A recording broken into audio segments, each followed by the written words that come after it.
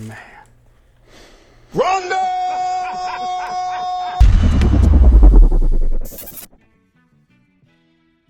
Hey, what's good guys? My name's Chris. Welcome back to the official WearTesters.com YouTube channel. Today we got a detailed look and review on these bad boys right here. This, just another PE, man, some PE goodness. I absolutely love these. I think that they turned out fantastic. Not perfect, but still good. And this is the Reebok Question Low. I don't know exactly what they're calling these things, like the official name, but these guys right here are very close to Rajon Rondo's rookie year PE while he was with the Boston Celtics. So first things first, if you are new here, welcome. I'm glad to have you. The Reebok Question is actually one of my favorite shoes of all time, and the low top version of this shoe is my favorite version of the shoe of all time. But look at that outsole, man. That thing does not look like it would grip whatsoever, but it does. How might you ask? I don't know, man. That's some like rubber magic right there. You know what I mean? Like rubber compound is crazy on these joints. For whatever reason, I never slipped anytime I ever played in a pair of Reebok Questions. And there's literally no pattern here. It is smooth as a baby's bottom. Much like Rondo's game. That boy is smooth, man. Remember when he busted up his arm and he still played?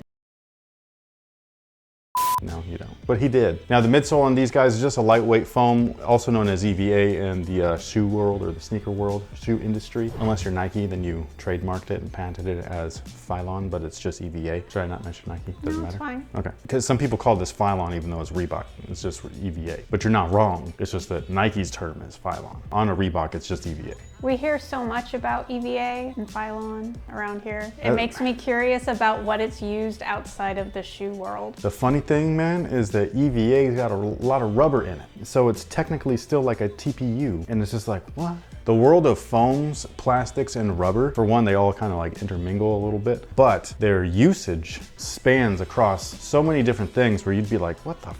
That's like, really? That's what I'm saying. Like, I hear about it only in sneaker terms. I know, and it's all science. It's amazing. Now, inside of that EVA foam are hexalite pods. Really, there's only one, and it's right here in the heel. It's a little like unit like that big. Nothing crazy, just like the original version. However, the original version did have actual hexalite, which these guys do not. These have new hexalite, which is not real hexalite. It's really hard. I try to explain this in every Reebok Question video, but it's really hard to explain the difference. You just have to really see it and you also feel it, but like you could see the difference where these new versions have perfect hexagons, like they're perfect. It's a die cut, it's a plastic, and then the originals were not perfect hexagons. They were kind of like awkwardly shaped. They were a different type of material altogether. They still had the little like air pocket inside and all of that stuff, but it really compressed a lot more than this newer stuff. So whenever I say it's not real hexalite, it's just that it's not original hexalite, which to me is actual hexalite, even though this is technically still hexalite. It's just not the same. And then the pods that you see right here on the side walls, they're both on the medial and the lateral side. Those pods right there are just for looks. It's basically what you would consider like a visible unit, even though it's not a functional unit. This was Reebok's way of being like, hey, there's stuff in here, because before it would be not visible, like in the shack lines and things like that. You might be able to see it a little bit, like there'd be a little cutout, but you wouldn't see it like prominently featured or anything like that, at least not until a little bit later. They were wrapping them things up. Hella shoes, man. It's crazy. But that's what these guys are there for. They're there to show you visually what's inside the shoe, even though they're not functional, like these pieces right here. It's always been like that. It's like that on the originals. It's not anything to go crazy over. It's how the shoe was originally, and that's what it's there for. However,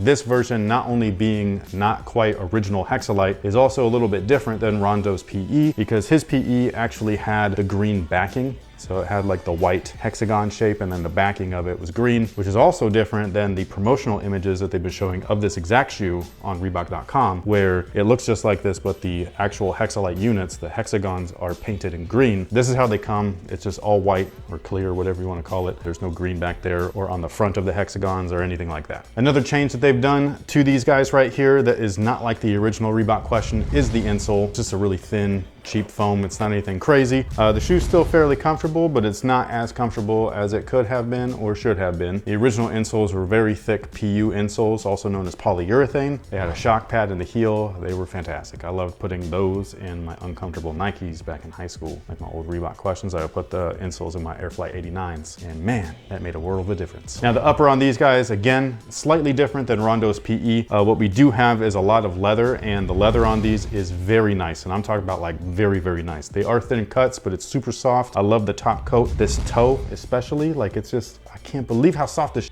man. I thought that it was so interesting that they even put it on the tongue, where this is normally vinyl. This is all leather everything. It's just like the leather that is on the good-looking version of the Harden and Iverson question. Excellent.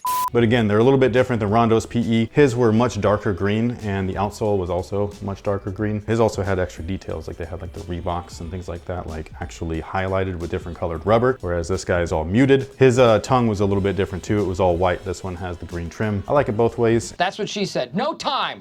And then one of my favorite aspects of the shoe is the booty.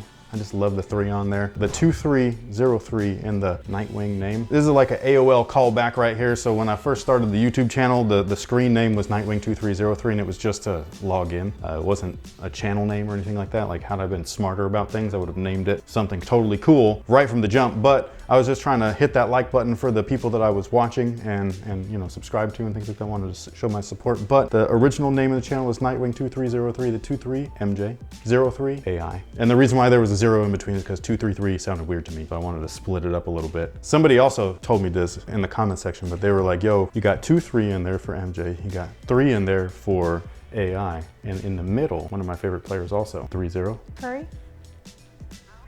Super dope. But anyways, the 3 on the back has always been a draw for me. I think that this is awesome. It looks great, and they're almost perfect this time. You win. Perfect. Now, as far as sizing is concerned, they do fit true to size, so whatever you typically wear, whatever you measure at, that's what true to size means. Everybody that keeps asking, what does true to size mean? It means whatever you are measured at on that Brannick device, the thing that you measure your foot on inside the shoe stores, that's what you order, and you'll be fine. They fit true to size. They're also her favorite shoe of all time, in case you didn't know. They're not. You know, I got a video right over here. Right down here. Oh, right over here, proving that they are her favorite shoe of all time. You want to ask me about the shoe, for real? Sure.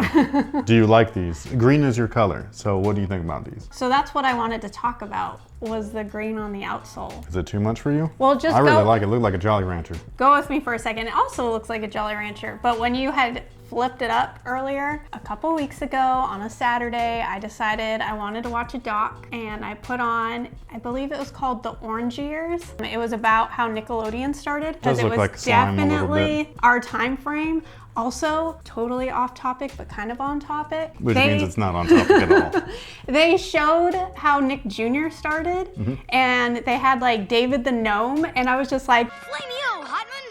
She had brought up that in the video previously, coincidentally. I was like so stoked when that video came out, because over 50% of the comments was you guys being like, it's David the Gnome. So my question to you is, what part of this is on topic? When you flip the shoe like this, it reminded me of the slime, and I wanted to talk about the Nickelodeon doc and tell people to watch it. Which again begs me to ask, so what about that is on topic? The sole. No. The topic is the shoe. I thought I was good at going off topic, but she got me beat, man. Like, you know what I mean? I just want to talk about stuff that I want to talk about sometimes. And that's, hey, what's good to watch? That doc. That's going to be our next channel. We're talking about what we want to talk about all the time. Actually, that's going to be the podcast. I'm so excited. Stay tuned. But anyways, that pretty much takes care of these guys. Again, this is the Reebok Question Low in a Rondo-esque PE colorway, even though it's not quite the same, but it's very close. So a lot of you guys that were fans of a rookie Rondo will probably like these. He won a championship a couple years later, 2008, still wearing Reebok, just wasn't these. It would have been really cool though if he was wearing something like this. There's actually 2 colorways of his PE. There was this one, a home-based colorway, and there was a black-based colorway with a green toe. But thank you so much for watching. Thanks for all the support. And until next time, guys, have a good one.